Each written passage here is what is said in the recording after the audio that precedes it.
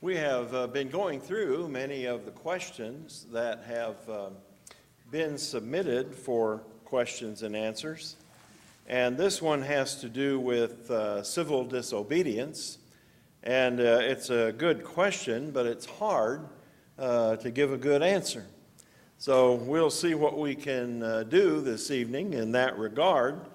And then next Sunday evening, try to cover several of the questions, but this one required a little length of time in order to accomplish. The first thing is in Romans chapter 13, verses 1 and 2, and this is the question that was asked. This passage is commonly used to instruct Christians to comply with the laws of the land and subject themselves to the authority of the government they live under. Based on these verses, would it be sinful for a Christian to participate in acts of civil disobedience or civil wars? For example, would it have been sinful for a Christian to participate in the Revolutionary War, which was a civil war against England? Would a Christian be able to participate in a sit-in like some did in the 60s civil rights movement? At what point is it okay for a Christian to rebel against a government since governments are ordained by God? That's the question. Now, the answer. These questions are difficult. I know when you read Romans 13, 1 through 5, it doesn't sound like it'd be difficult to answer. And I don't know how most brethren would answer these questions. In fact, I asked at a preacher's meeting while we were gone recently, and none of the preachers had any particular comments to make that were helpful. So much for letting someone else answer this question for me. But we should remind ourselves, first of all, of the conditions that existed in the first century. Rome was the fourth world kingdom about which we read, about which King Nebuchadnezzar dreamed and Daniel gave the interpretation. And he said that in the days of those kings, that is, the Roman kings, the church would be established, and it is a kingdom that shall never be destroyed, because it is a spiritual kingdom, and Jesus is her resurrected and permanent king. Another point to keep in mind is that in the first century, many of the Jews, and some of them may have become Christians, really despised Rome. I don't know if you can see it on the screen, but that little placard up there is Romans Go Home. I don't think that would have lasted very long on any street in any city that was in the Roman Empire. The Jews who were zealots wanted to fight against Rome and to overthrow them. There had been a successful rebellion a couple of hundred years earlier against against Antiochus Epiphanes, led by Judas Maccabeus and his brothers. And the Zealots undoubtedly recalled that and being able to throw off the rulership, at least until Rome came along. And then once again, they lost their freedoms because Rome was too powerful to successfully defend against. So here they found themselves ruled by the Romans, whom they despised, but which had rulership over them. And then a fourth thing to keep in mind is that this spiritual kingdom, the church, would eventually destroy Rome, but not through violence. That is not the type of kingdom that the church is. It's a spiritual kingdom. It advances through the spreading of the idea of the gospel. It does not advance through swords, through guns, spears, or any kind of man-made weapons. God did not design it that way. So it is not to be done through violence. And by the way, in the movie for tonight, which I highly recommend that you see, although you're not going to agree with how everything is treated in the movie, but that's one of the things that some of the Christians deal with, is how far can we go in resisting Rome when they're putting to death and persecuting Christians. This might not be something that we grapple with, but it certainly was something that Christians in those early centuries had to grapple with. And so these are some things then to keep in mind. Paul deals with the relationship of the Christian to the civil government in Romans 13, and he says to cooperate. And he gives several reasons for doing so, as you heard just a few moments ago. It is not through physical rebellion that Christianity will become the dominant kingdom. Jesus and the apostles did not train Christians as soldiers to fight against Rome. They conquered Rome, but not in a physical way. They conquered because of their faith and their loyalty and their steadfastness and their commitment to truth. But they did not conquer through physical means. And so it's not through that kind of rebellion that Christianity will become the dominant kingdom. Christians took these words to heart, perhaps also recalling what Jesus told Peter on the night he was betrayed in Matthew 26:52, when he said, "All who take the sword shall perish by the sword." Jesus' crucifixion was not right, you might say. It was not proper. He was not given a fair trial. There was nothing fair about what happened, and you would be exactly right in saying that. But God allowed it to occur to accomplish a greater purpose, namely our salvation. He also allowed Christians to be persecuted in the first, second, and third centuries, and killed even, because while they were remaining faithful, the faith triumphed. And when they lost their lives, they were made part of the eternal kingdom. And the gospel spread because of their commitment and because of their faithfulness. Was it right that Christians should be persecuted and put to death? No, absolutely not. But it had a good effect in reaching even more people with the truths of the gospel. So this is the context in which Paul writes. Obey the civil government, even when it is unfair. Jesus said even to cooperate with others when they impose upon you. Don't just walk 1 mile, go with them 2. And this relates, we are told, to soldiers who could commandeer civilians to carry their baggage for them. You know, we sometimes see on television shows and things of that nature where a policeman flashes a badge and said, "Get out of your car, I need to use it."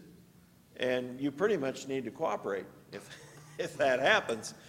They have the authority to do that. Well, a Roman soldier could say, "You there, I need you to carry this for me for 1 mile, because I'm weary and I'm worn, and you just need to carry it for me." Jesus is saying, go ahead and do it 2 miles. Is it going to interrupt your day? I expect so. If you go 1 or 2 miles, that's possibly going to take an extra 45 minutes out of your day, or more, because then you may need to go back to where you were. So, it's an imposition, but Jesus says to endure that imposition. Okay, well, what about wars? Generally speaking, what is recorded in Romans 13 is to the individual and not nations. It is addressed to the individual, not nations. Wars between countries have been occurring since the Tower of Babel. That was one of the reasons for the being cast into all the world. First of all, God had commanded it, and they hadn't obeyed it, so God forced them to go into all the world. And countries and nations developed, and it wasn't too long before these started to war against one another. In Genesis chapter 14, verses 1 and 2, it came to pass in the days of Amraphel, king of Shinar, Arioch, king of Elasar, Chedorlaomer, king of Elam, and Tidal, king of nations, that they made war with Bera, king of Sodom, Bersha, king of Gomorrah, Shinab, king of Admah, Shemeber, king of Zeboim, and the king of Bela, that is Zoar. So we have, I think this is the first recorded conflict. We have 5 kings going out, or 4 kings going out against 5 kings. And apparently the 5 kings, and by the way, these are the 5 kings in the cities of the plain: Sodom, Gomorrah, Admah, Zeboim, and Zoar. 4 of those were destroyed. It would have been all 5, except Lot pleaded that God spare Zoar. We know that these were not righteous kings, but we don't know that those who conquered them were any more righteous. At any rate, they had been paying tribute apparently for about a dozen years, and they rebelled, and so they were taken captive out of their land, including Lot and his family. So, what did Abraham do? Say, well, I guess they're under another civil government now, it's out of my hands? No. We find out what he did in Genesis chapter 14, verses 13 through 16. Then one who had escaped came and told Abram the Hebrew, for he dwelt by the terebinth trees of Mamre, the Amorite, a brother of Eshcol and brother of Aner, and they were allies with Abram. Now when Abram heard that his brother was taken captive, he armed his 318 trained servants who were born in his own house and went in pursuit as far as Dan. He divided his forces against them by night, and he and his servants attacked them and pursued them as far as Hobah, which is north of Damascus. So he brought back all the goods, and also brought back his brother Lot and his goods, as well as the women and the people. So that's what Abraham's response was. He just didn't say, well, c'est la vie, because they didn't have French back then. But he just didn't toss it aside and say, well, there's nothing to do about it now. Likewise, when David's family was taken by the Amalekites while he was away, he went after them, conquered them, and brought back what was his. He just didn't shrug his shoulders and say, well, it's out of my hands now. They're under some other civil government. No, that's not how the way it works, and that's not how Romans 13 was intended to be applied. He was not content to turn them over and get rid of them, What Paul taught individuals in Romans 13 does not necessarily apply to nations and wars. God himself persuaded Pharaoh to let Israel have their own sovereignty as a nation to be ruled over by God. And he commanded the Israelites and fought for them in the conquering of Canaan. Of course, there were many wars that God did not authorize. Those he did as punishment. But a lot of times prophets foretold what was going to happen in these incidents. Jeremiah even instructed King Zedekiah to surrender to Babylon, which, of course, most people in Jerusalem abhorred that kind of advice. But that's what Jeremiah instructed him to do. And if he had, the nation would have fared much better. And the people would have fared much better. But Zedekiah refused to cooperate. God does rule in the affairs of men. Now, as pertains to the Revolutionary War, and others may have different views of this, but Americans believe that the cause against the British was just. And since that time, and keeping in mind that God does rule in the affairs of men, and that we did become a sovereign nation, we have accomplished much good in the world since attaining independence. We have also failed at times to do what was right, but we have a system which lets us get things right eventually.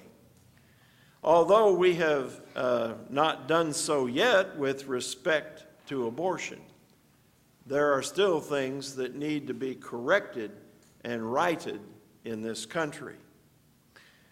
Hitler and Hirohito, through the providence of God, were defeated in World War II. Even the Cold War was won with the Berlin Wall coming down. I don't know that how much, everybody always says God is on our side. I don't know how much we can say things like that, but we can sometimes notice that results are good for certain things that have occurred. But it's difficult to say when a nation should or should not go to war. Each situation probably needs to be weighed on its own merits. Now, what about the other part of the question, civil disobedience? I don't know if Henry David Thoreau was the first American to advocate civil disobedience, but his work is often quoted. And we might be tempted to say, and not without cause, well, Paul addressed this, so the answer is clear. But we do need to note that our system of government is not like any other government that we are aware of that has ever existed. How many nations described in the Bible had a constitution and elected their leaders? None. We're dealing with something that's different than what has existed before. Babylon didn't do that. Medo-Persia didn't do that. The Greek Empire did not do that. The Romans, I think, did have elections for senators, but it wasn't anything like what we experience. And here's another thing to keep in mind. How many of these nations could you freely speak without fear of reprisal? How many think that they could go up to King Nebuchadnezzar and say, I don't like the way you're running the country?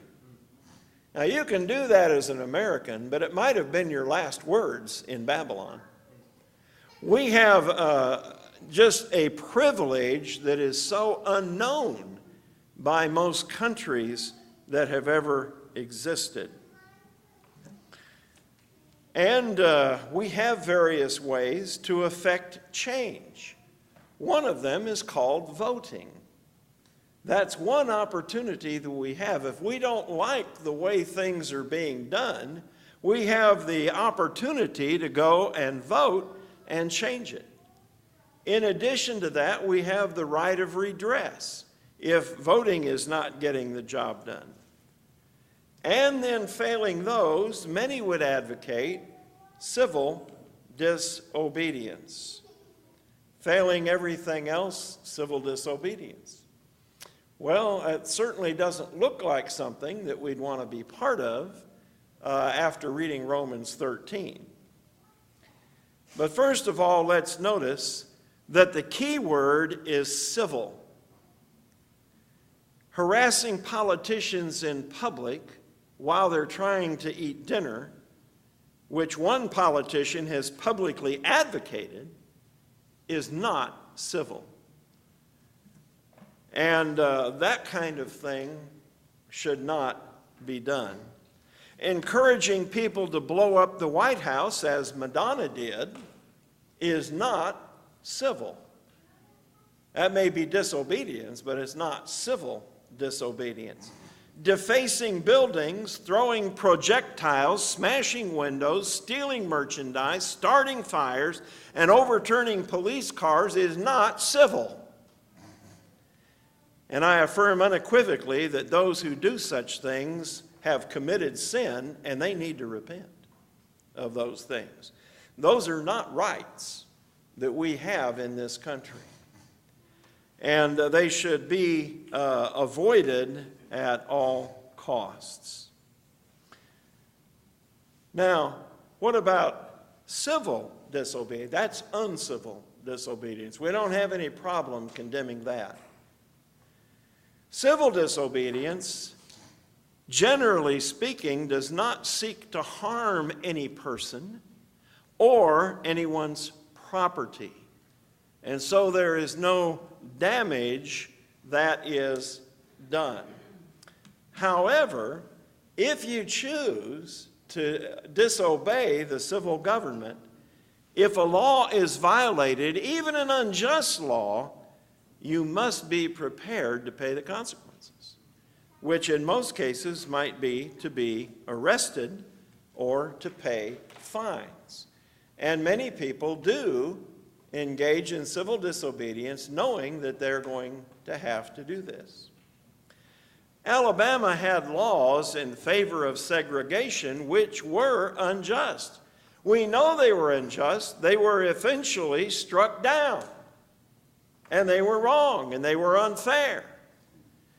And redress had not accomplished anything. Voting had not accomplished anything. Rosa Parks, a heroine to most Americans, violated those laws. She was arrested, and her case became bogged down in the courts. I think somebody else's case actually finally was resolved before hers. She was at the time secretary of the NAACP in Montgomery.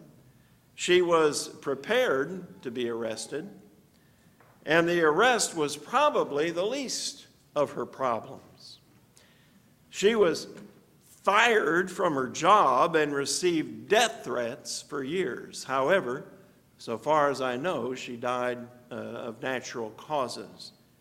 But this would be stressful for any particular individual.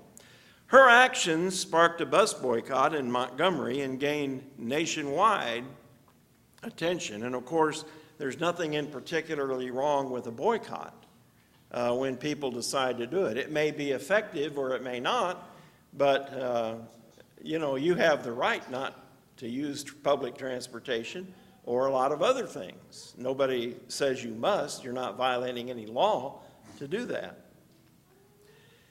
Following that were nonviolent marches and protests, which fortunately changed the complexion of society.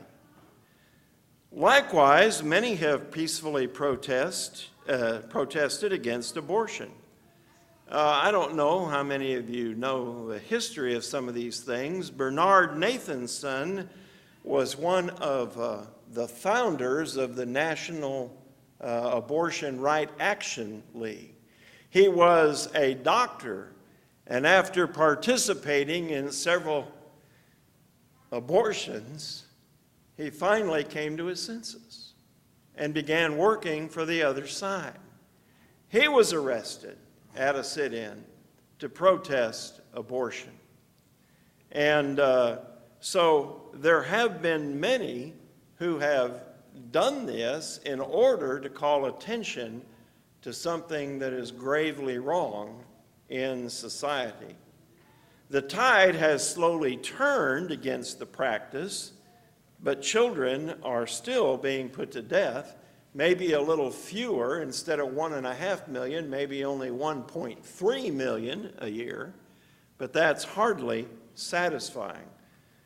The tide has a little bit turned over the years against the practice of abortion, but it is not back to where it was, and we don't know if it ever will be. By the way, let me recommend seeing the movie Gosnell, the trial of America's biggest serial killer. If you're not familiar with it, you need to see this. By the way, nobody will review the movie. They don't want people to go see the movie.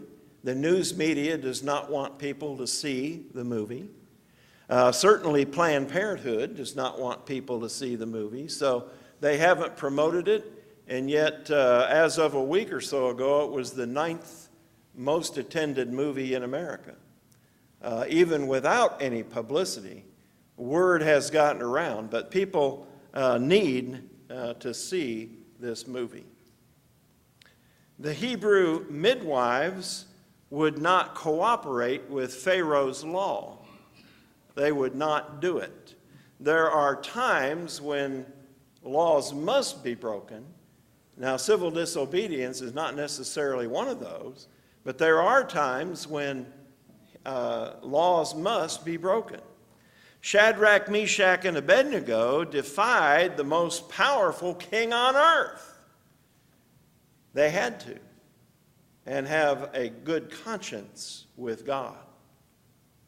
The apostles defied the Sanhedrin in Acts chapter 5 and verse 29 and said we must obey God rather than men. So when it comes to civil disobedience, each person probably should make up his mind as to whether he thinks it will accomplish something good or not. But if taken, one has to prepare for the consequences. And don't be guilty of following a mob, or as it's put in Exodus 23:2, a crowd to do evil. You know, there are people who have devoted themselves to studying mob psychology. And many people who would not dream of doing certain things when they get into a crowd like this will end up doing things they're later ashamed of. So be careful not to ever allow yourself to get to that point where you're going to do something clearly illegal and morally wrong. Well, those are a few thoughts on the subject. I would like to be more definitive, but all I can do is commend you to what the Scriptures teach in Romans chapter 13, 1 through 5, to let you know that most of that is personal, not addressing nations. I wish there were a cut and dried answer, should we go to war or not go to war? Yeah, that's easy, we do this. It doesn't always work out that way. I wish it were that simple to say, I don't know any other way to effect change than to oppose an unjust law. But be very careful in choosing to do that, because the warnings that Paul gives are quite severe. Well, those are a few thoughts. I hope some of them have been helpful. But of course, it's not this world ultimately that is our home. As we said this morning, we have our citizenship in heaven. And I can guarantee, without any successful contradiction, that everything in heaven is going to be fair. It's all going to be just. It's all going to be pure. You will not have to question anybody's motives for any commandments that we must keep. It will be a joyous time, and the trials of this life will be behind us, and we will be safe from all persecution or forms of tyranny. It will be a time of happiness and peace, and we will be loving and encouraging one another still as we obey the Father in all things.